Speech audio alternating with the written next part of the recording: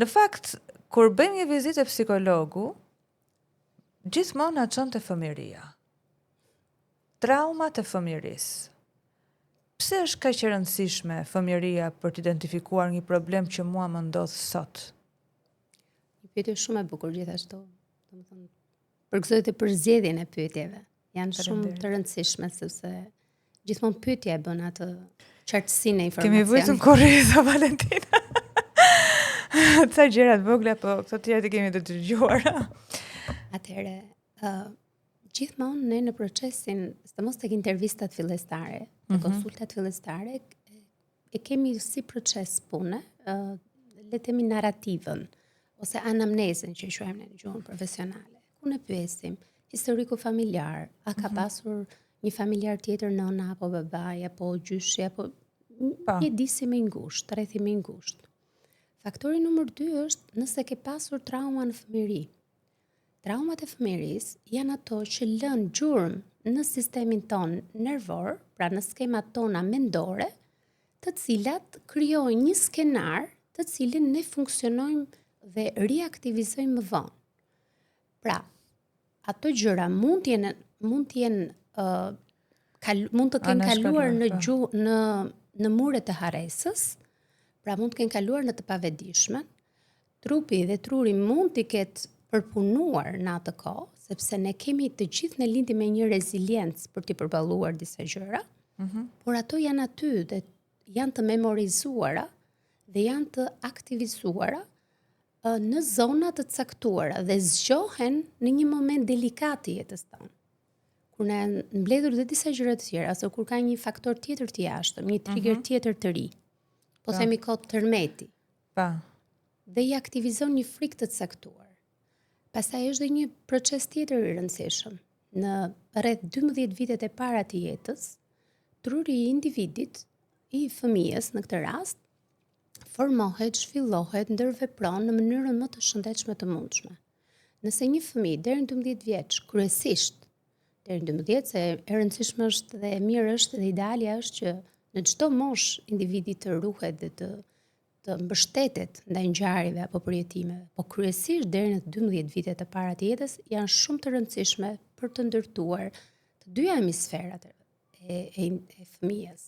Sepse bazuar në eksperiencat e viteve të para të tyre, mbetet le të themi një farë funksioni jetik i shtrirë në të gjithë jetën e tyre. Qartë. Tani unë kam këtë pyetje, do ta pëlqejnë gjithë ata prindërit që kanë fëmijë adoleshent, një ndërta jam dhe vet. Deri në ç'pik ti tolerojmë adoleshentët? Kanë shpërthime. Okej. Duhen dëgjuar.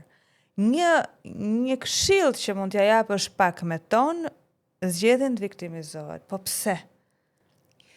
Adoleshentët që janë sot janë ata fëmijë që ne gjatë gjithë procesit të rritjes kemi qenë ose nuk kemi qenë cilësisht për ta.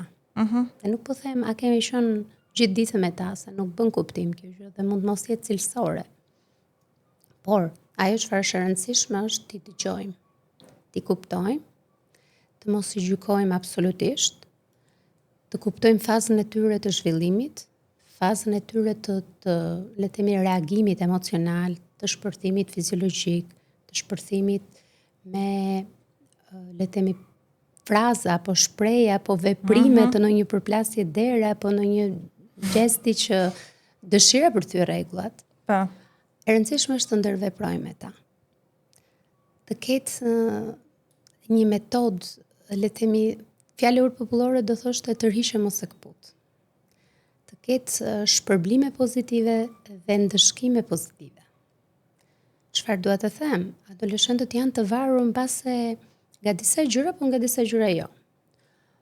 Që ti të shkosh në fundjavë te X fest dhe që të marrësh këto të ardhura dhe të vesh të kalosh bukur, ti do ishte e mira të bëj këtë gjë. Nëse nuk e bën, unë ta heq këtë kënaqësi. Kështu i bëjnë këta, janë shumë të zgjuar. Është një formë shumë e mirë prindëruese. Të mos themi çfarë të mungon, çfarë ke ti, ç'të mungon ty. Të themi çfarë të shqetëson, cili është shqetësimi yt, ka diçka që unë mund ta bëj për ty? më thuaj, unë jam aty, nëse ti nuk dihesh gati tani, më thuaj. Gjithmonë është ajo dera hapur që lën prindrit për adoleshenti ka nevojë të ndihet i dëgjuar, ka nevojë për siguri, ka nevojë për dashuri, ka nevojë për tolerancë dhe ka nevojë për këto të rishë mos së këput. Shpërblimi pozitiv me ndëshkimin pozitiv. Pa. Shumë interesante. Në fakt, nuk e di, unë shpesh herë kur flas me djalin, me shaka, i them gjithë adoleshentët më duket sikur kanë kështu një patologji. Edhe pse thot, unë nuk jam i smur. Unë nuk jam i smur, thot. Jemi ne prindër kontrollues, a duhet jemi kontrollues me fëmijët? Besoj se jemi si brez eksperimental, sepse prindrit tanë kanë qenë autoritar dhe fjala, ndoshta është pa e ditur, ata mund të kenë bërë dhe gabim.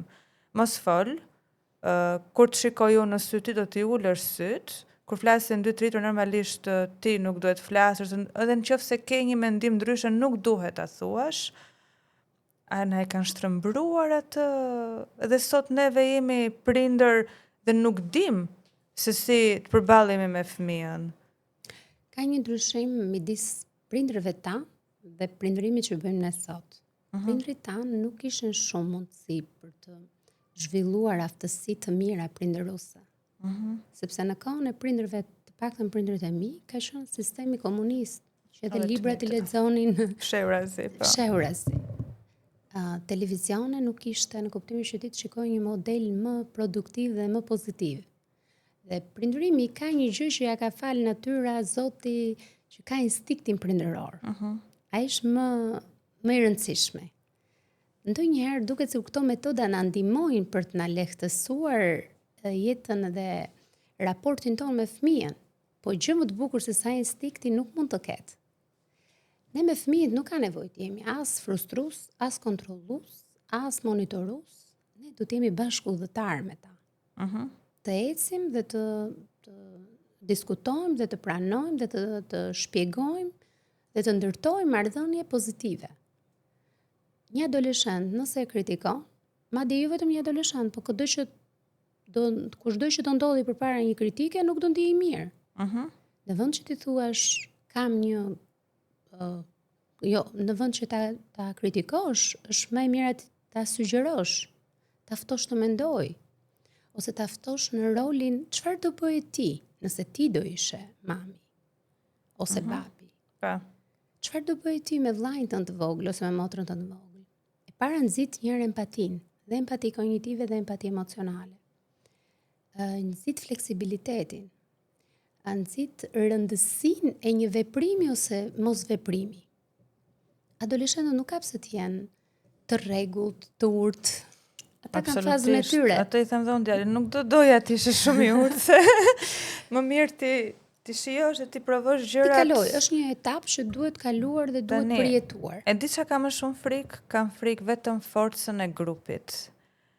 Shoqëria, të paktën shoqëria e klasës, nga klasa e parë deri në klasën e 9, është po ajo. Normalisht fëmijët janë rritur pak a shumë të njëjtin ritëm, por që ndryshojnë, secili do diçka tjetër të provojë pak më shumë, njëri të merr atë do vëmendjen e grupit. Do të thënë kjo forca e grupit që na tremb neve si prindër. Se ne për shembull mbaj mend edhe kur kemi qenë të vegjël për vete, thonim që se mami im e njeh mamin asaj, ne njihemi me familje dhe normalisht nuk bëheshin gabime.